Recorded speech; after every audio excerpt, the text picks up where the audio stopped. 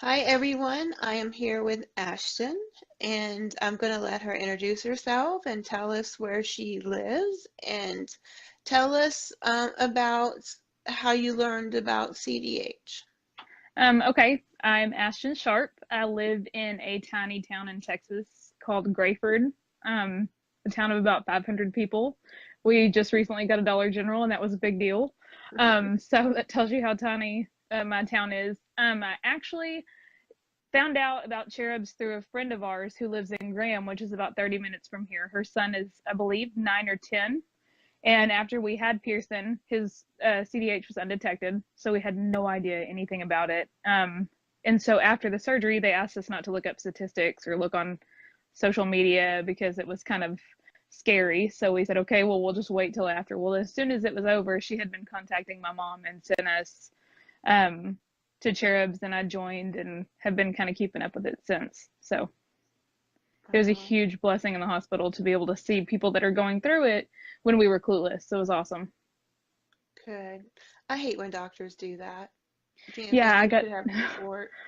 I was so worried. They said, well, if you look up the statistics, it's really scary. So you're already worried enough. Let's wait till after surgery to look up statistics and look up, details. So I trusted them at that point because I was quite the mess. And so I'm kind of glad that I waited. I was That's terrified looking it up. understandable too. Yeah. Yeah. Well, so can you tell us about his birth and how you found out and I delivered not too far from here. And it's like I said, smaller towns. Uh, Never heard of CDH before. A lot of the people where I delivered had never heard of it as well. He came out, was breathing perfectly fine. We did what it's called the golden hour. So within the first hour, you're nursing and it's just you, baby, and dad. And so we just spent that first hour. We noticed when he was born, his hands and feet were blue. We kind of thought that's really strange. Like they were very discolored. They told us it was normal, that it just their blood was circulating from the extremities. There was a big long description about why it was okay. So we just kind of trusted that's normal. We'll just see how it goes. Well, within the first hour of him being born, he quit latching. He was nursing just fine. He was doing like this little pant. It sounded like he was almost panting. So we asked the nurses, like, is that normal? I have an 8-year-old, and when she was born, we didn't hear that noise. So we thought, okay, um, is this something we should be concerned with? And she's like, no, that's just a personality trait. It's just cute. Like, so we just kept putting it off. Well, I had him at noon, and then almost 8 hours later, he was turning like stillborn color. He was turning gray. His lips were blue. He wouldn't latch. He wouldn't eat. He wasn't breathing well at all, and I could tell. So I begged and begged, can we please just check his oxygen levels? I feel like something is off. And this has gone on for hours at this point in time. So they're frustrated with me. They were not happy with me at all for asking. I was almost like insulting them, which I wasn't. I just knew something was off. My family members were asking if we could get it checked because they wouldn't listen to me because I was just a mess at this point in time. So finally, they came in and brought the oxygen monitor in, and when they put it on him, his oxygen was only reading at 70. And so when I would do skin to skin, it would bump up to 80. I never believed in skin to skin either until I witnessed that. But when he would be away from me and I had him off skin to skin, it was reading anywhere from like 60 to 70 depending. She kept telling me the machine was broke because it wouldn't even read the first couple times, so she went and got another machine and it was still reading that low. So then they finally took him. They went and put him on oxygen. They didn't have a small cannula to put in his nose. They put an adult cannula in his nose, and it was just spreading his nostrils. So he was screaming uncontrollably. So the first, 20 minutes that they had him on oxygen, I was like, this is making me really uncomfortable. Is there something that we can do? Maybe call the on-call pediatrician because it's late at night by this point. And they just kept kind of dragging it out. Well, finally they took me out of the room because I was getting flustered and said, we're going to take you back to your room. You need to rest. You just delivered a baby. Like, we're going to call the pediatrician and have her come in. And so my husband was in the room with me, and we had company that came to visit us and see Pearson. So we had a room full of guests. And I asked my husband if he would go get me a cup of ice. I was extremely anemic. I'd lost a lot of blood, so I had just felt off. I found out later that I had needed a blood transfusion. it was just a big, the overall stay was just quite the mess, if we're being honest. And so we were thankful for the hospital that Pearson eventually was transferred from. But my husband was gone for 45 minutes for a cup of ice, and the ice machine was literally out our room and to the left. And so I was like, something is off. Something doesn't feel right. Does anybody know where he is? Well, right about the time I sent somebody to step out in the hallway to find him, he came in and was just like, I mean, just bawling. And he's 6'5", he's a big guy. Like, he doesn't really, he's in touch with his emotional side, but I'd never seen him crying like that. It was a scary feeling because an hour before that I had left with a baby that was turning stillborn color. My first thought was something bad happened. So I said, is he okay? And he said, no, not right now. And so I immediately lost it. And the pediatrician, she was the one that checked his levels. When he was born, she did the overall checking on him, like making sure everything was normal. And she came in and she was crying. She was amazing. She was one of the best parts of the hospital. She was crying with him, and she said, I just felt terrible. I didn't catch this when he was born. All his oxygen looked great. Like, we would have never known. So, and she said, but what he has, so she explained to me what a diaphragmatic hernia was. And at this time, it was all a blur because I was such a mess because I had no idea what was going on, that I didn't really remember what she was saying, other than I kept asking her, is he going to be okay? Is this fixable? Is this something we can fix? And she said, honestly, I can't give you answers because I've only seen one case of this in 15 years. And so I was like, okay, so what's our next move? And she said, okay, well, Cook Children's is on their way. They're going to come and they're going to intubate him. And then they're going to transfer him on the Teddy Bear Express to the hospital in Fort Worth. And there they'll prep him for surgery and give you a surgery time. And so I'm still asking questions. Do you know about what the surgery success will be? Do we have any ideas? And she said, I honestly can't answer that question because we don't know enough about it here to give you those answers. So we were just kind of in the dark. After that, I didn't get to see him. From the time that I left, seeing him screaming his head off, my daughter was a hysterical mess seeing him like that. So my parents had taken her home.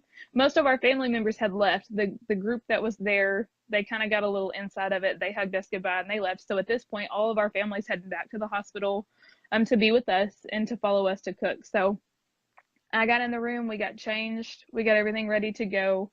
And then the Teddy Bear Express wheeled him in, and that was probably the most emotional I've ever been in my entire life. And thinking about it now gets me emotional, but they wheeled him in, and I was never expecting to see something like that. We were that family that's like, that's never going to happen to us. We have a perfectly healthy 8-year-old. We had a pretty healthy pregnancy. There was really not any problems. We had normal sonograms. We had normal checkups. Like, everything was fine. He was breech at the end, but that was really it. So seeing this was just like, it took me forever to kind of grasp the concept that he was attached to so many different wires and so many different, it was just terrifying. So after the treatment at the hospital, it was really hard. I was struggling. So she came in the room, the Teddy Bear Express, the driver who had helped intubate him came in, and she just hugged me and she cried with me. And she said, this is going to be okay. Like, we've seen this before. This is going to be okay. Like, we're going to get him where he needs to be. We're going to get him taken care of. She said, I want you to know how strong he is, though, because we tried to intubate him, and as a newborn, they usually don't have, a lot of strength. And she said every time we tried to intubate him, he was pulling the tubes and was fighting us. And she said, so he has a fighting spirit, and that's something you should be thankful for. So the only thing I could touch was his knees. He was in the little plastic, like in the case, and so he just had 2 little holes on the little case that he was in, and so I could reach in and touch his knee, and that's really all that wasn't attached to some kind of wire or an IV. And so at the hospital, they gave me a little flannel. It was close to Christmas. He was born on December the 12th. So when we were at the hospital, they gave me this little green flannel. It was a sock wrapped in flannel with a red ribbon around it that had reindeer on it. And so she said, I want you to take this and I want you to put it in your shirt. And she said, and I want you to keep that in your shirt until you get to the hospital, and we're going to put it in the bed with him so he can smell his mom, and it's comforting to him since you can't hold him. So that was huge to me too. That was something that I was like, I can't really be with him and hold him physically. So that's awesome that they did something like that for me. So they got him in the Teddy Bear Express. We followed them to Cook Children. So by the time we really got in the room, probably they had to set him up and get him in a bed and get him hooked up to everything. And we stayed in the waiting room in the NICU at Cook Children's, and the neonatologist came out and spoke to me and kept me just kind of alert and was comforting and was telling me that this was something that they've seen. It's not basically the hospital we were at had given us kind of a death sentence, uh, because they just didn't know anything about it. And the cases that they had seen in the last 15 years weren't successful. It was just something that they didn't know, they weren't aware of. So with their history, we had been basically given a death sentence. So we went from death sentence where I was hysterical, they were trying to keep me at the hospital, and I thought this was the last time I was ever going to see my son, to where we get to somewhere and they're like, no, this is something that we've seen. This is not something that, cannot be fixed and cannot be repaired. We don't know the extent, but we're going to do the best we can to make sure that he's taken care of. And so that evening, I sat there with her for probably 3 or 4 hours. Time felt like it was just flying because I was just such a mess and I wanted to be with him. And so they had a tiny little couch. So me and my 6'5" husband slept on this tiny couch in the room with him the first night we were there. And we probably didn't go to sleep till close to 4 because we were just a mess. And then at 6 a.m. we heard people coming in the room and we heard shuffling and we were hearing, machines. And so we got up to look, and they were doing a sonogram on his heart. And so she said, you are more than welcome to come and look and see what I'm doing. And she said, I can't give you a lot of information, but you're more than welcome to come watch me and see what I'm doing. And when she was doing his sonogram, it was down on, like, the heart sonogram was down on his right hip. Everything had been shifted so far that his heart was almost all the way down on his right hip. And we were so confused at how it was so far over there because, again, we're clueless to what CDH is at this point in time. We just know that your heart's not supposed to be down on your right hip. So the doctor came in that morning after the anesthesiologist came in and just kind of gave us a brief rundown of what they were going to do and how they were going to perform it. And so this was the first time that we had relief, is when the surgeon came in. He said, I've been looking at all the sonograms, I've been looking at the x-rays, and he said, so I have some kids that have terrible cases and some kids, with more mild cases. And he said, so on a scale of like things being terrible and things being awesome, your son is more on the easier surgery spectrum. And he said, so what we're seeing is that there's a lot of shift, but the hole in the diaphragm is not that large. So he explained to us that it would be patched with Gore-Tex. And he said most of the time they don't really have a chance to just stitch back the diaphragm with the muscle, because a lot of the times that muscle didn't have a chance to form, or it's small when they're newborn. So he said more than likely we'll have to do a Gore-Tex patch. And so we were prepared for all that at this point. And then he asked us if there was anything traumatic that happened to him when he was born. And I said, no. When he was born, he came out, he cried maybe like a couple seconds, but the second I held him, I got him close, he nursed and everything perfect. And he said, okay, well, was there a time that he was just, that diaphragm was just like, was he crying a lot? And I said, yeah, when they put him on oxygen, he was just screaming uncontrollably for probably an hour and a half. And he said, okay, well, he said that there was so much matter in his chest cavity. That's the worst case that he's seen when it came to the stomach being into the chest. I mean, even he said way more than most cases that I've ever seen. He said he has way too much in his chest, and that's how his heart's been shifted so far down. So we were shocked by that. He said, you're lucky that you got him here in time, because he was just continuing to it was getting worse. And so his right lung was almost collapsed at this point in time too. And still we hadn't had surgery yet. So we didn't know if his left lung had never formed. We didn't know if his left lung had just been collapsed. We didn't know if it was punctured. We didn't know anything.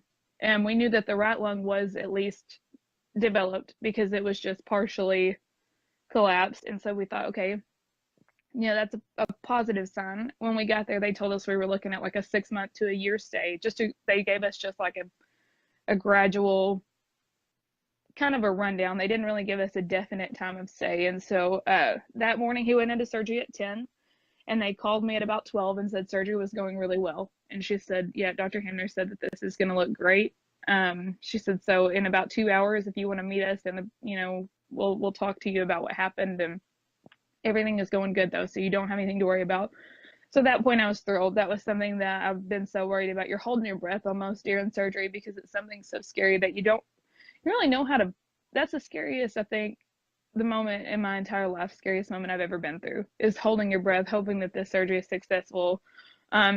You're already so emotionally charged. It's just an insane amount of emotion that you feel in such a short amount of time.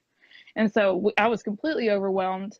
And so to hear that was just like, just this instant calm came over us. We all were just, we'd been praying so hard for this up to this point, so we were extremely thankful. So Dr. Hamner finished the surgery, and they called us and told us to meet him in the post-op, where they met with patients out of surgery and talked to us. And he said it went perfect.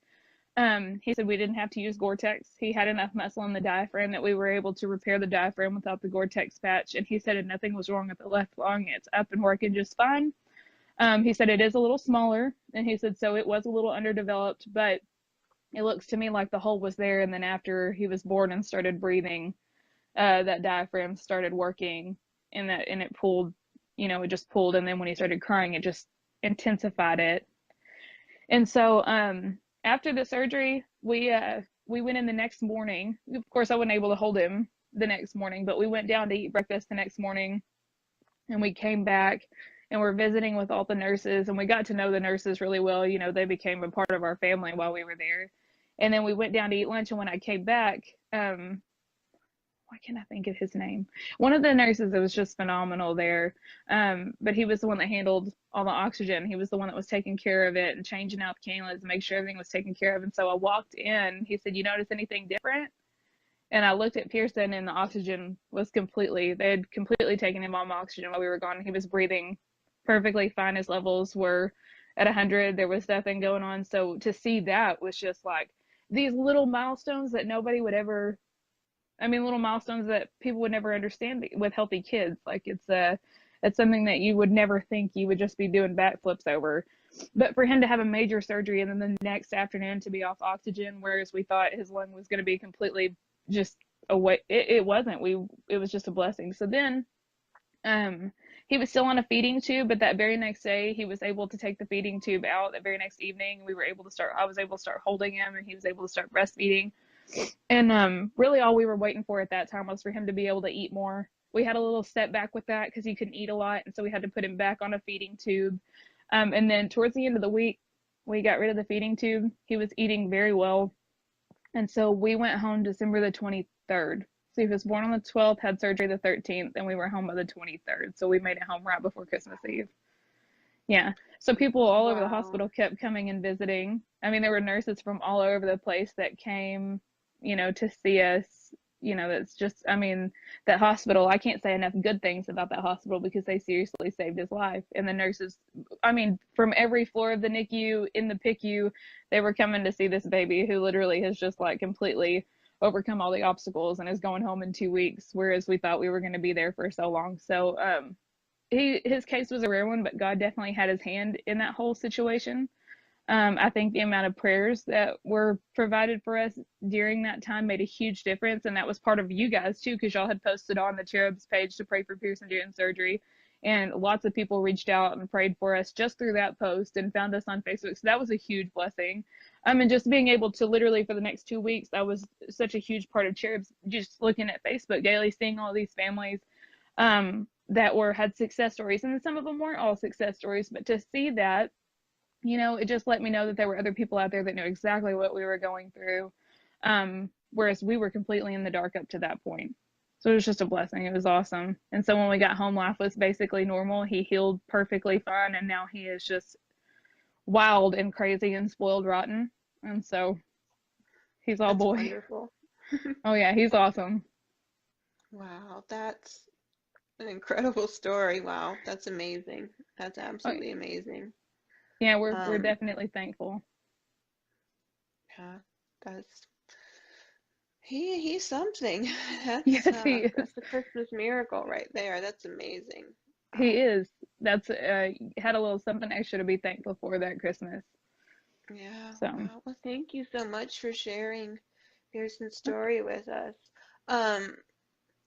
Can you show us that shirt you're wearing? Because I can see the ribbon. I can, yes. Okay, so we made these last year in April, which you can't really see all of the shirt, but we have a Pearson Strong hashtag. And so in my little tiny town, we decided to make them and sell them. And with the money that we made, I split them into gift cards, and I took them to Cook Children's because when they do have CDH cases, they're not really knowledgeable, just like I am, because they usually come from smaller towns or somewhere that's not as, we don't have a Dr. K's here, so we just kind of have to, not a lot of people are knowledgeable on it. So a lot of the times when they come in to Cook Children's, I have put, a card with my name in it, my phone number, and my email, and then a $50 gift card for them to use towards whatever they could need. And then they can always reach out to me if they need anything else. So they give those to CDH Family at Cooks just to let us know. Because there wasn't a lot of a support group at Cook Children's in Fort Worth because they don't have a lot of CDH cases. And I just wanted them to know that there's someone out there that can relate. You're not the only person. Like I felt like for 2 days before I was a part of Cherubs, I was just like, I don't know anybody, never even heard of this. And it was very rare for the nurses to hear of it. So we definitely wanted something to go towards where we delivered, so that way people knew that they weren't completely in the dark. And so there has been one girl that's local that her daughter had a diaphragmatic hernia from a previous surgery. The staples rubbed a hole in her diaphragm, and so she was one of the ones that I happened to know her personally, so I invited her to the Cherubs page and stuff, and she's kind of got a heads up on now what it is. So it was small steps, but we're getting there, trying to raise as much awareness as we can here.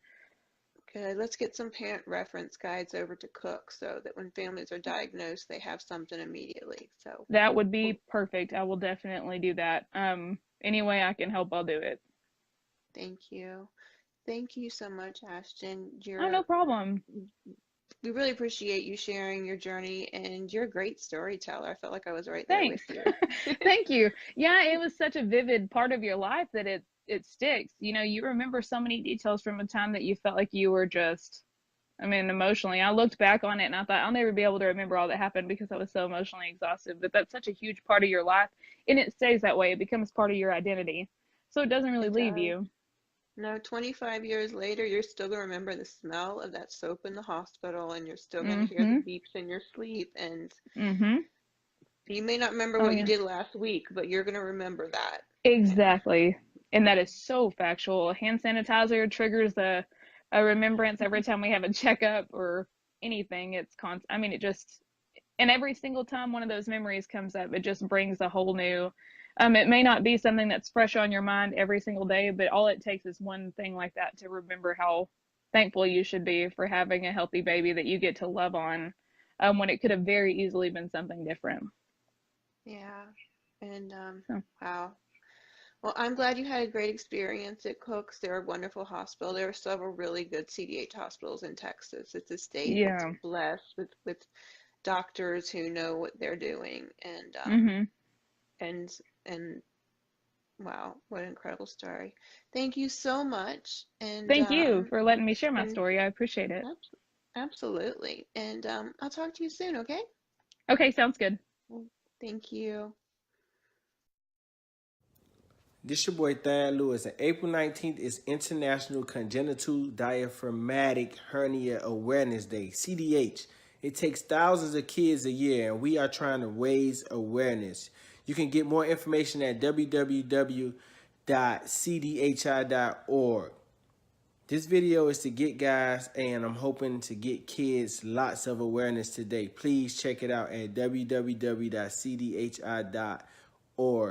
Congenital Diaphragmatic Hernia Awareness Day, April 19th. Thank you. Hey everyone, it's Sean Ashtin here, otherwise known as Samwise Gamgee from The Lord of the Rings, or Rudy, or Bob Newby Superhero from Stranger Things, or Goonies, or it goes on. I've been lucky to have a good life and good career. But I just wanted to address you at the CDH International. April 19th, upcoming is the Congenital Diaphragmatic Hernia Awareness Day. I don't know if I said that right. That dog is totally stealing the show right now. That's Indy. But anyhow, congenital diaphragmatic. It's your diaphragm. Actors use our diaphragm. Diaphragmatic. I hope I'm saying that right. CDH, apparently, I just learned, affects thousands of kids each year, and the mortality rate is it's an incredibly challenging disease. So, I know that there's a telethon coming up, and I want to say the following. Today is CDH Awareness Day. Please donate to help these kids. The website, hopefully we can type it out there, but it's cdhi.org/ 2019 CDH Telethon / catchy URL. But listen, I send my love to everyone out there. The people who are helping, the medical professionals and people who are working with caregiving, obviously, it's just really, really extraordinary work that you do, and I send you my deep appreciation and keep up your great work. And so Dawn Ireland is the one who thought to reach out to me, so I just want to give a little shout out to Dawn. Dawn, thank you for thinking of me to give this little video here. But CDH International, April 19th, Congenital Diaphragmatic Hernia Awareness Day. I certainly will now be more aware of that myself, and hopefully everyone else will be too. Much love, everyone. Bye for now.